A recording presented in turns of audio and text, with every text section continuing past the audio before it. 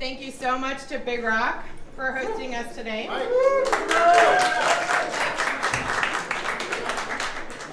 Thank you to all of our sponsors, especially Cannabis, who has graciously donated some product tonight, as well as Kikoko, who has donated product and has put up a matching pledge so that if we raise $10,000 tonight, Kikoko will match that amount.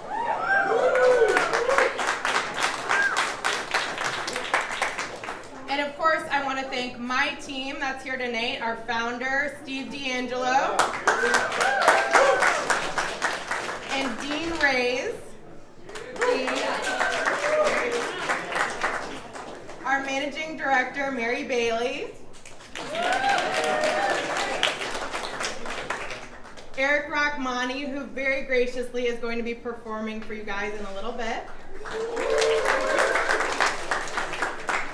And I'm so grateful to have with us tonight Evelyn LaChapelle, who is going to be sharing her story with you guys very shortly.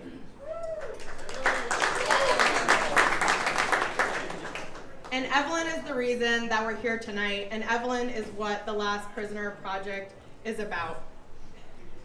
We are here and we are fundraising because lives continue to be devastated due to the criminalization of cannabis. Still, in America, every 45 seconds, someone is arrested for a marijuana offense. The FBI just released new data that showed that again, this year, despite widespread legalization, marijuana arrests have increased. Yet we are here in California. We are here for an investor summit, for a conference where so many of us are able to profit off of this industry while others languish in prison.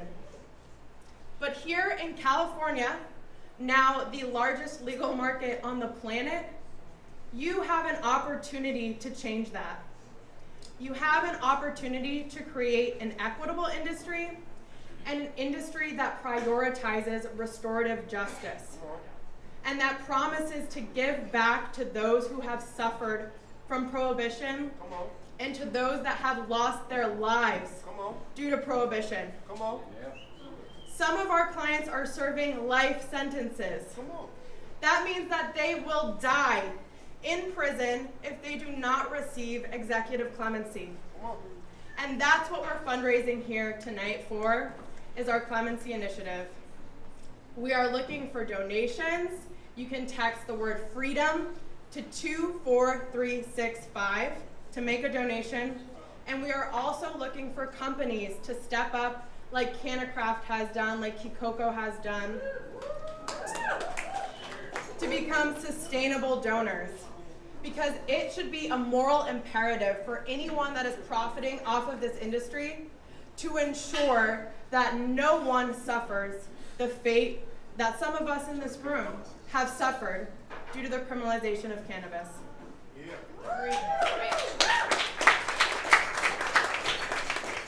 So with that, I would like to introduce a man who has always made that a part of his business philosophy, and who now, with one singular mission, to free every last cannabis prisoner, has ignited a movement within this industry.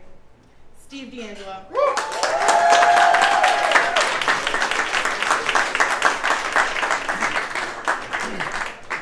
Thank you so much, Sarah, and thank you all for coming out tonight.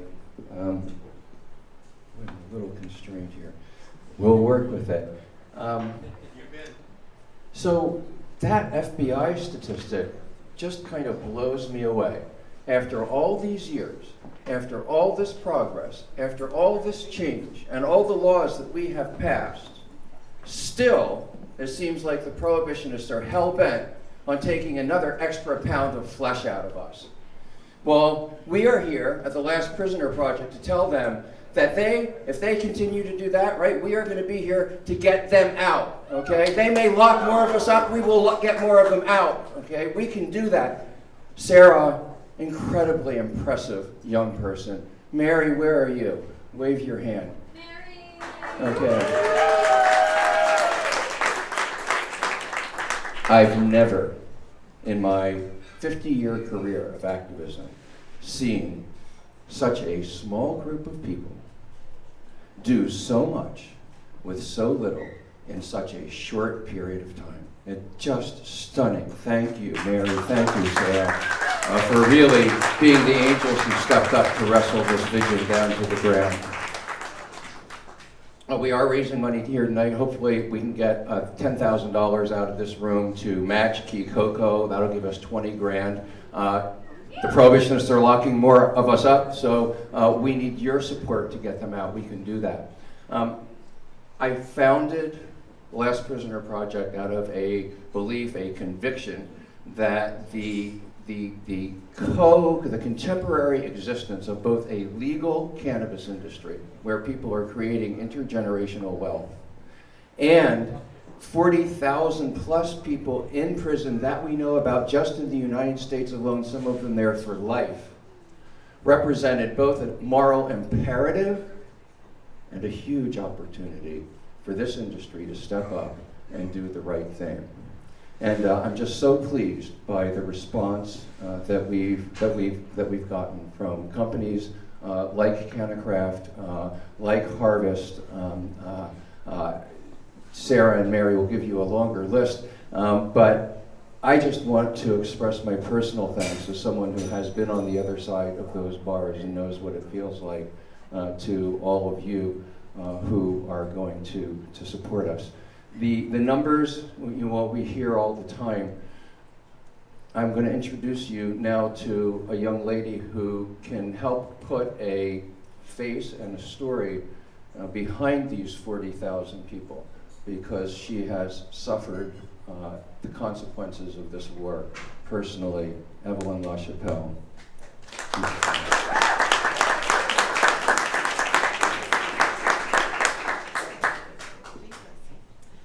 Hello, good evening. My name is Evelyn LaChapelle, and I was invited here tonight to offer some insight into what it's like to be convicted and charged for a marijuana charge. And so I got out some flashcards, and I'm trying to figure out what can I say that will convey that. And the truth is, there are no words that can convey what I just experienced. And the words that I have tonight still will not explain to you the depth of what I experienced. And so I chose to give you sort of a timeline of what happened, because we happen to be on the 6-year anniversary of my conviction. And so, to get my nerves under control, yesterday I celebrated my daughter's 10th birthday. It is stressing me out. I'm having panic attacks, anxiety, and everything else that comes along with pleasing a 10-year-old. And we are planning this really extravagant birthday party because I've been gone for 5 years. And so if she wants flying unicorns at the party, mommy's looking for flying unicorns at the party. And so it has truly been a headache. But I'll take you to 2013. I was doing the exact same thing. She had just turned 4. And I planned a party at Fairyland, and we had a party, and we did the whole thing, the cake, the ice cream. And on Monday, I took her to daycare, and I'm just coming home. And that Monday, I leave to fly to North Carolina to face charges. And that Friday, October the 18th of 2013, the jury finds me guilty for my heinous act of depositing cannabis profits into my bank account. And I'm immediately sent to the county jail. And I'll give you a little history about my life before county jail on October the 18th. The funds were deposited into my account in 2008. Fast forward to 2013, 4 years has gone by. My life has changed. I am now a mother. I have graduated from Loyola Marymount University with my degree in business administration. I had gotten married. I am now happily divorced.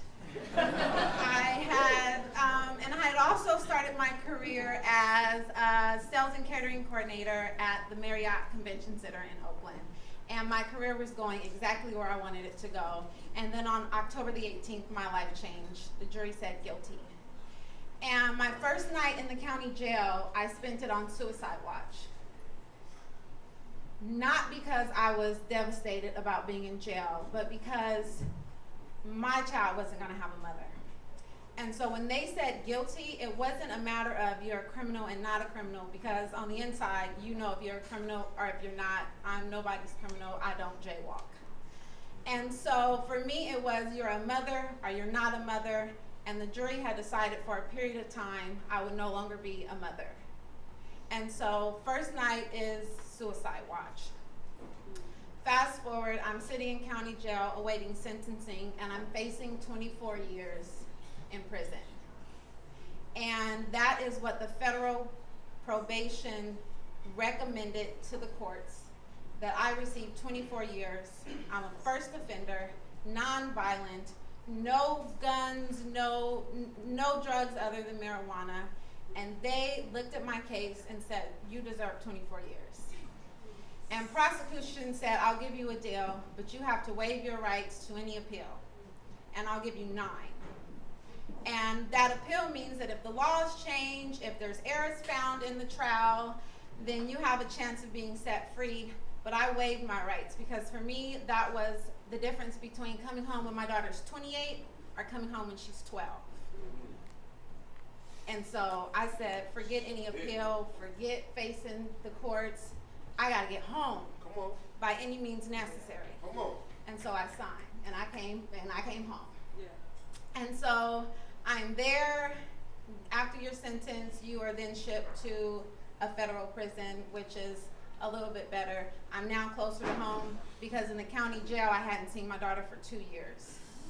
And so I get to Victorville, the federal prison, and it's July when I get there, and in August, my stepmother dies. And so now, for sure, any thought of returning home to the same life is done. My life will never be the same. I'm coming home, and stepmom's not there. And so you push on. And so what prison is truly meant to do, prison is meant to break you mentally. It's meant to humiliate you. It's meant to take your dignity. Like, it's all of these things that it's meant to do, it does. And it isolates you. You get 300 minutes a month to call home. That's 10 minutes a day to either say good morning or good night to your child. And let there not be a sick family member, or let there not be a crisis. You have 10 minutes a day. And so you're isolated. And so what happens in prison is you begin to form these bonds and these friendships with these other women in prison. And I'll be honest, I'm going into prison thinking, I'm the only one. I'm the only first-time offender. I'm the only one that looks like this. I'm the only one with a college degree. This is ridiculous. My case is unique. I'm going into prison with real criminals. What am I going to do? And I get to prison with 300 plus women, and they're all like me. Most of them are first-time offenders, non-violent, never been in trouble offenders. And so you begin to build these bonds with these women. And so I'm sitting in the TV room once with a good friend of mine now, and we are watching the news. I don't even think that we're supposed to be in the TV room, because it's like 11 o'clock. We're the only ones in there. And the Channel 7 news comes on, and it says, at 11, we'll be taking a look into the new cannabis industry. And so we tune in, of course. And they pull up a nice little lady from Beverly Hills. She started the Beverly Hills Cannabis Club, and she's got her little cute jars with her cute labels and her cute weed. And she's shipping it overseas to an Asian country. I don't remember which one. I just know that she's sending it out the country. Mine never left the country. And they ask her, how is business? And she says, business is booming. And me and my friend Stephanie are sitting in the TV room, and she looks at me and I look at her, and we said, business is booming. She's serving 10 years for cannabis, I'm serving 7, and we're watching the news, and in the world, the cannabis industry is booming. It breaks you. Stephanie's here. She just got released.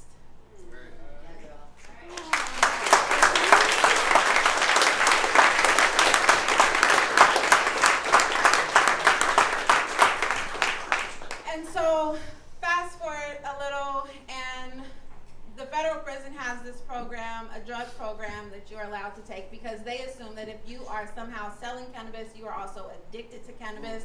That makes you a drug addict, and you can do a drug treatment program. And so we both did the drug treatment program because it gets you 12 months off of your sentence.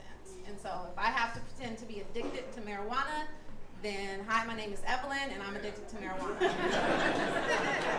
And so we did that. And we got 12 months off of our sentence for that. And because of my good behavior, and I'm a good citizen, apparently I got another 12 months. And so I ended up serving a total of 5 years for my sentence.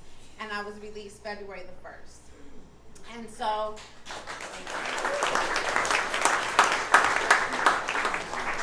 that's what I thought. I thought coming home would be the end of it all. I thought coming home would be an applause that never ended. I thought that that was it. I can eat what I want. I've gained 14 pounds.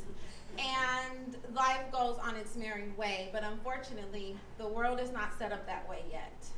And so I come home, and I immediately am intending to get back into the work that I do. And I apply, and I become a sales and catering coordinator for a hotel right here in San Francisco.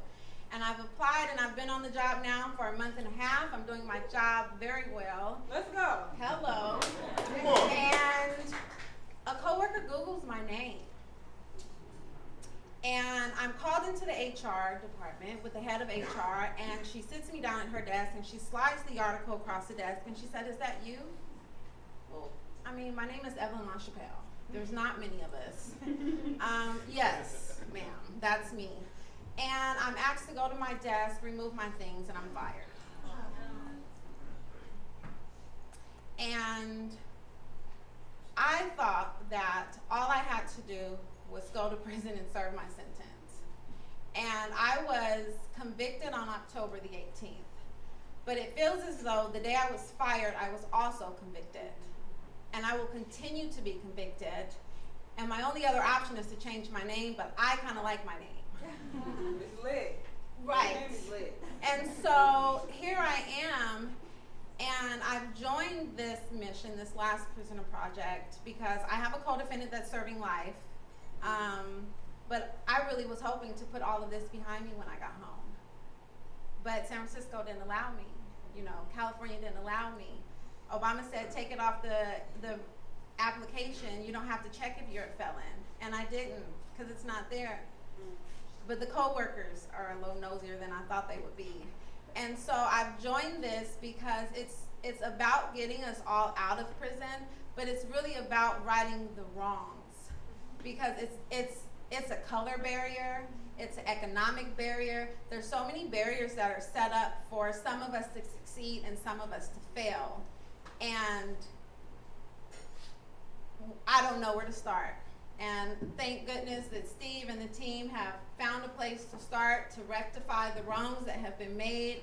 And I really appreciate you all listening, and I hope that my story has shed some light on what's going on behind the scenes. I'm a lover of marijuana, but it has done me no good. And I hope that the lovers here of marijuana, which is now called cannabis, see how the world changes, will support that. And we'll take something home from that and know that as we grow economically, there are a lot of us, 400,000 I believe, that are still suffering. So thank you for listening.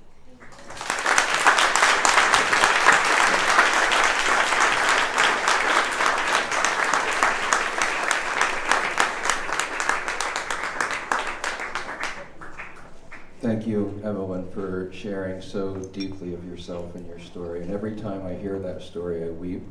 I'm not sure whether it's tears of rage or tears of grief, probably both. It's just unbelievable to me that people in a position of authority and responsibility would use their discretion to take a young woman with no prior criminal record, who has graduated from the university, who is gainfully employed, who is building a career, who is married, and who has a child, and takes her away from her family and her job. What good does that do to anybody? Exactly. Nothing, okay? We are dealing with pure hatred. This is meanness, okay? It is the only thing that explains it. And it's a hatred that we've been living with in this country for a long, long time, and way past overdue for us to put it behind us in the rearview mirror. And that's one of the things that we hope to start with the Last Prisoner Project. Our simple mission is just to release every single cannabis prisoner anywhere in the world.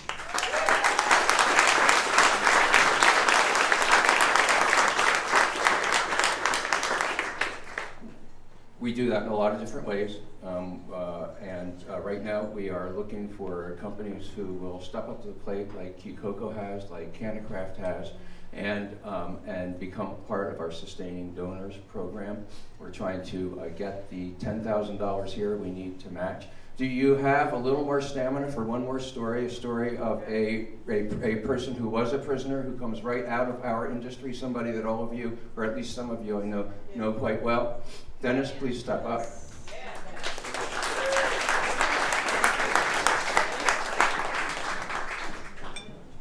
Yeah, so I just listened to this story. I really wanted to step up myself.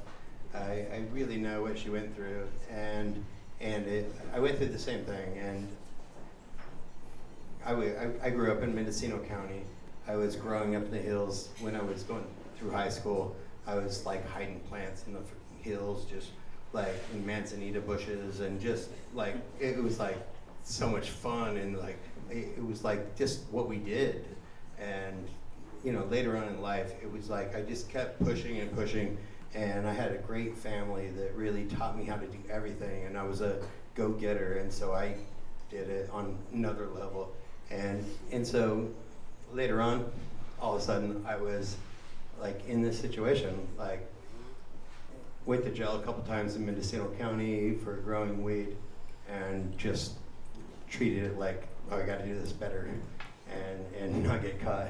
And later on, I did get caught, and I got caught by the DEA, and it was so scary. It was looking at a 20-year sentence for growing weed up in the hills. And it was like everybody around me grew weed, and it was that environment that, like, we seen everything else that was going on, and like trying to say that weed was bad around like every other family that I went and visited. The families that grew weed, and they were just like artists and creative, and they were like thinking outside of the box, and they treat their kids so good. And going to another family who like dad would, and I have nothing against alcohol, but like it was just different. It's like, why are you even talking right now like to this kid? And another family was like, what do you have to say? They were like wanting to learn and teach, and like it's like this mind altering like experience that was like building this human, and it caught me at a young age, and I was like, there's such a difference here, and it's really why I love cannabis. Is there's a culture, there's a just a mindset behind it, and it's a counterculture that like really tests society, and it keeps it in balance. And I think that's what we gotta keep an eye on right now, is we're legalizing something that I feel is a counterculture that kept society in balance. And it could go the other way right now. Like most of the people that were like trying to save our rivers and our environment and all these things, and they were out protesting, they had gardens up in the hills, and that's what like allowed them to go out for a week and go protest and do this. And now we're changing things a little bit, and I just want everybody to like take note that this industry has supported counterculture that balances society, and it's bigger than just cannabis. It's like what we all live in, the environment we all live in right now. And so when we keep moving forward, and we can, the injustices, like what you just talked about, I was there. Every time I went to court, I had to bend over in front of this guard and cough. And it's like humiliation beyond belief. Like, I grew weed, and now this guy has got me bending over in front of him, and I'm just, after a while, I just felt sorry for him. It's like, how much do you make to do this? I'm like, I'm gonna get out one day, and you're gonna keep doing this. But I had an Asian friend, and he wasn't circumcised, and they're like, pull back your foreskin.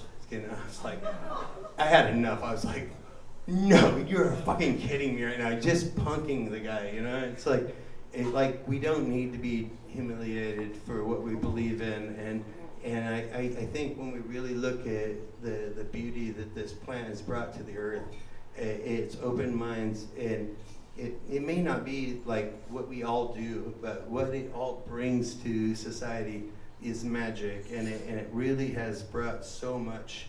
And so I just want to like come up here and talk about that we all have to get behind like this and get around this stigma that's been around the plant. It's all bullshit. Like, there is literally magic. I've seen it.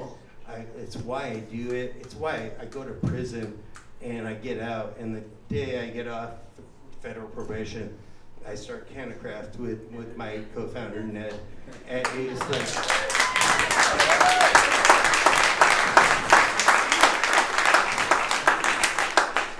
And what I did while I was on probation was sell hydroponic gear to all the growers, because I know exactly what they need. You know?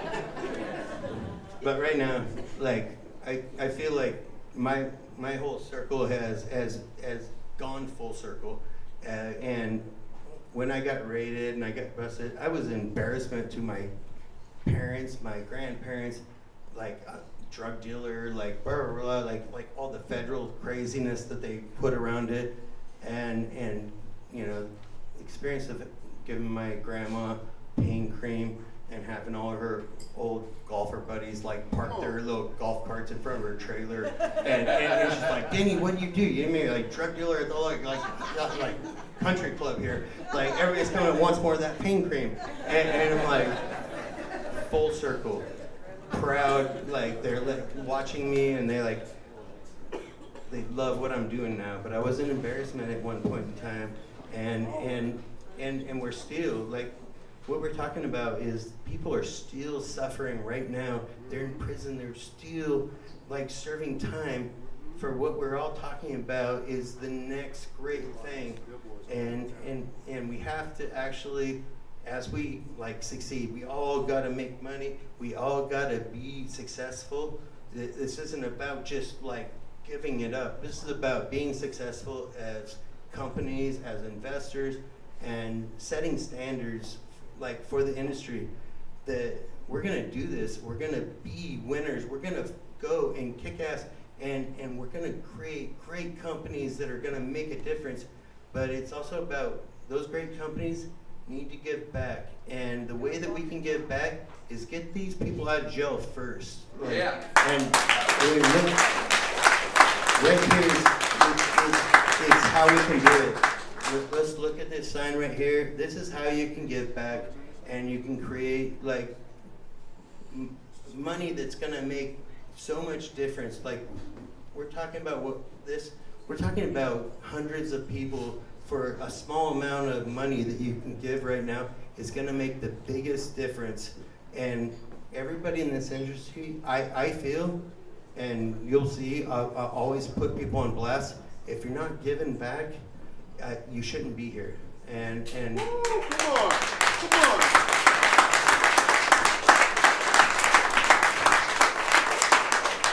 So let's all be successful. Let's all make some money in this industry.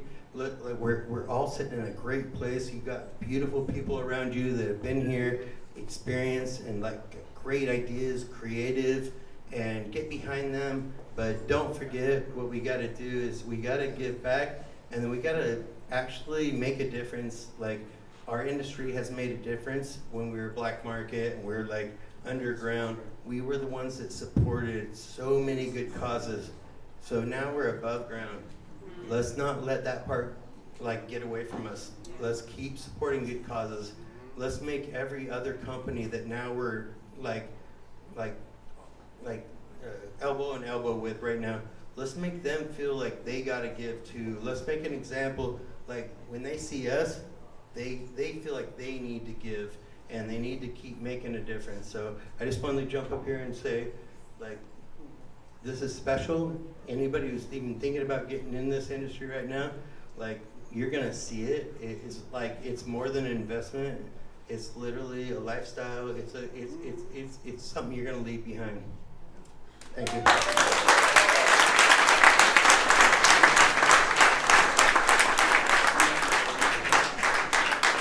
Thank you so much to Dennis. Thank you, Evelyn. Thank you, Stephanie, for being here tonight.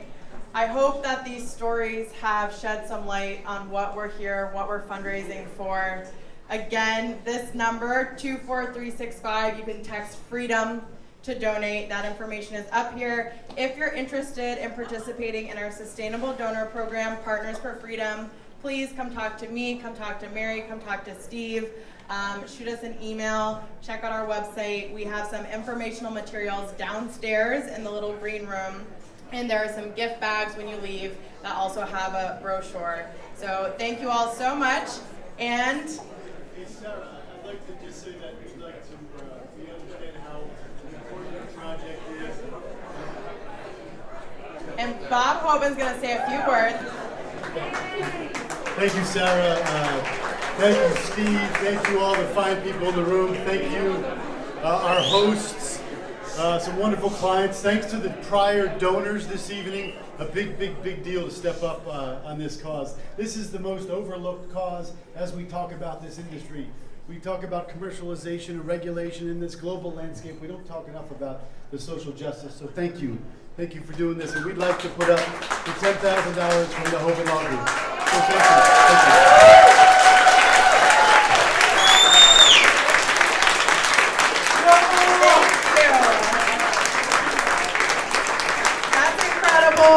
And I hope that is the start of more and more companies, more and more law firms stepping up. If Dennis, if Evelyn, these people that have suffered can give back to this cause, I hope that everyone in this room can contribute. Really, any amount helps. Any amount helps us to achieve our goals. Thank you all so much. And up next, we will have a very special performance from Eric Rachmani. So I hope you all stick around. Thank you, everyone.